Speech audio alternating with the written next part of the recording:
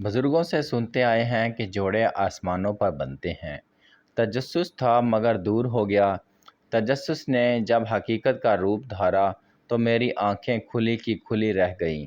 واقعی حکم ربی کے ہم سب تابع ہیں۔ یہاں تک کہ کائنات کو ذرہ ذرہ احکام ربی کا مرہون منت ہے۔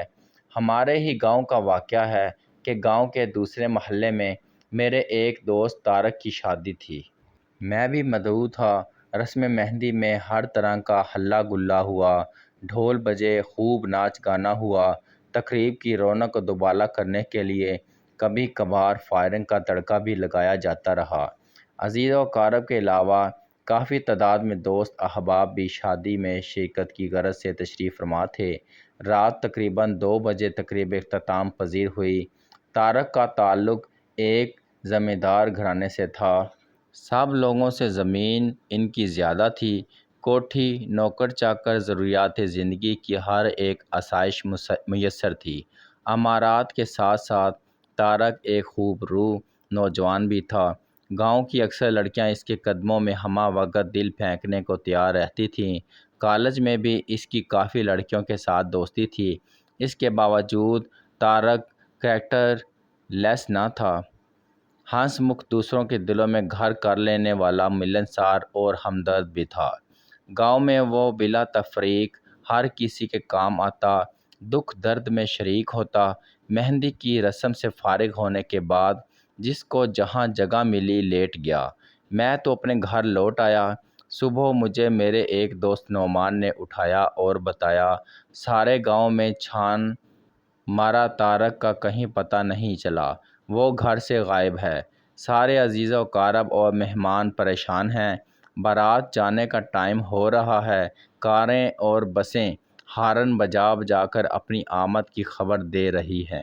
بینڈ والے بھی پہنچ چکے ہیں، مگر طارق کی اچانک گمشدگی نے سب کے ارمانوں پر اوس ڈال دی ہے۔ نہ جانے خوشیوں کو کس ظالم کی نظر لگ گئی۔ خوشیوں بھرا آنگن ماتم کدہ بن کے رہ گیا ہے۔ دوپہر ہونے کو تھی۔ برادری کے بوڑھوں نے فیصلہ کیا کہ طارق کے چھوٹے بھائی ارشد کو تیار کرو۔ سانپ بھی مر جائے گا اور لاٹھی بھی سلامت رہے گی۔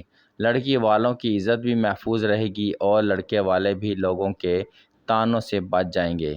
اس ساری صورتحال سے لڑکی والے بھی آگاہ ہو چکے تھے۔ انہوں نے اپنے ایک کمی کے ہاتھ طارق کے ہاں پیغام بھجوا دیا کہ ہم کو سب معلوم ہو چکا ہے، لہٰذا ہمارے ہاں آنے کی قطعی جرات نہ کرنا، کیونکہ ارشد بھی طارق ہی کا بھائی ہے، وہ طارق سے بھی وہ 2 ہاتھ آگے ہوگا۔ اور ساتھ ہی دوسرے کمی کو ہمارے ہی گاؤں کے جنید جو طارق ہی کا کزن تھا، پیغام بھجوا دیا کہ فوراً تیار ہو کر چند عزیز ساتھ لے کر پہنچ جاؤ۔ زیادہ تردد کرنے کی بھی ضرورت نہیں، کیونکہ ہم نے سب انتظام کر رکھا ہے۔ جنید کی تو جیسے لاٹری نکل آئی، خوشی سے پھولے نہیں سما رہا تھا۔ چند دن پہلے سے ماتم کناں جنید کی تو اب باچھیں کھل رہی تھیں۔ جب مجھے اس واقعہ کا علم ہوا تو میں سن کر حیران و پریشان ہو گیا اور بے اختیار پکار اٹھا، واہ مولا تیرے رنگ، تیریاں تو ہی جانے۔ جنید طارق کا کزن تھا، مگر کسی بھی طور پر وہ طارق کا ہم پلہ نہیں تھا۔ یہی وجہ تھی کہ سائمہ کے گھر والوں نے جنید پر طارق کو ترجیح دی تھی۔ حالانکہ جنید اور سائمہ ایک دوسرے کو بچپن سے چاہتے تھے۔ سائمہ جنید کے سگے ماموں کی بیٹی تھی، مگر جہاں دولت کی فراوانی ہو وہاں رشتوں کا تقدس قائم نہیں رکھا جاتا۔ ہر رشتہ دولت کے ترازو میں تولا جاتا ہے۔ دولت تو بھائی کے ہاتھوں بھائی کو قتل کروا دیتی ہے، بیٹے کے ہاتھوں باپ کو مروا دیتی ہے۔ ذمہ دار تو ویسے بھی 1 انچ زمین کی خاطر خاندان کے خاندان تباہ کر دیتے ہیں، مگر زمین کا ٹکڑا کئی قتل کروانے کے بعد بھی مدعی اور مدعیہ کا منہ چڑھا رہا ہوتا ہے۔ جنید تیار ہوا، اپنی بچپن کی محبت کو پانے کے لیے ماموں کے ہاں پہنچ گیا۔ اس طرح 2 بچھڑنے والے آپس میں مل گئے۔ اس واقعہ کو کافی عرصہ بیت چکا ہے، مگر آج بھی ہمارے گاؤں میں شہنائی کی آواز میرے کانوں سے ٹکراتی ہے تو مجھے فوراً طارق والا واقعہ یاد آ جاتا ہے۔ جنید اور سائمہ کی شادی کے 2 سال بعد طارق دبئی سے لوٹا۔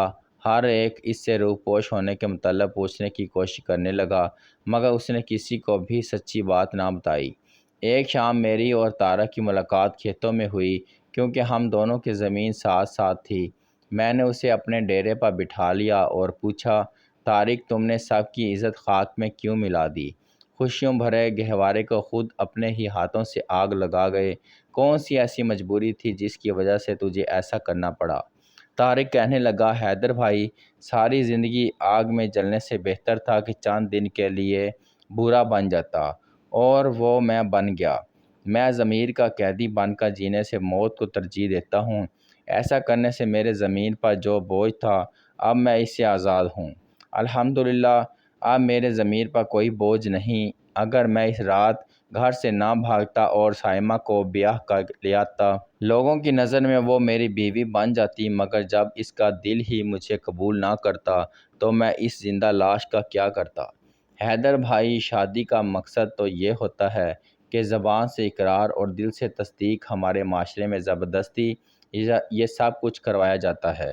میں ایسی سختی کے خلاف ہوں۔ میرے علم میں تھا کہ سائمہ اور جنید بچپن سے ایک دوسرے کو چاہتے ہیں، اور ان کی محبت کے اس پاک رشتے کو میری دولت سے تولا جا رہا ہے، اور جنید کو اس لیے ٹھکرایا جا رہا ہے کہ وہ ہمارے ہم پلہ نہیں۔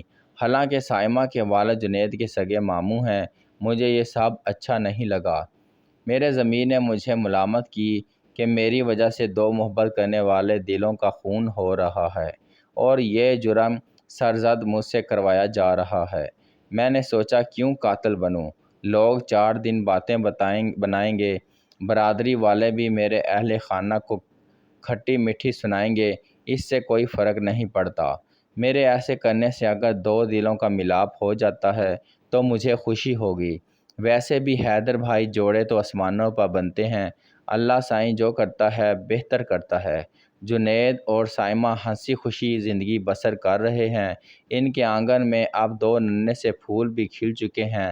خدا ان کو سلامت رکھے۔ ہمارے لیے بھی تو اس خالق مالک نے کوئی ڈھونڈ کے رکھی ہی ہوگی۔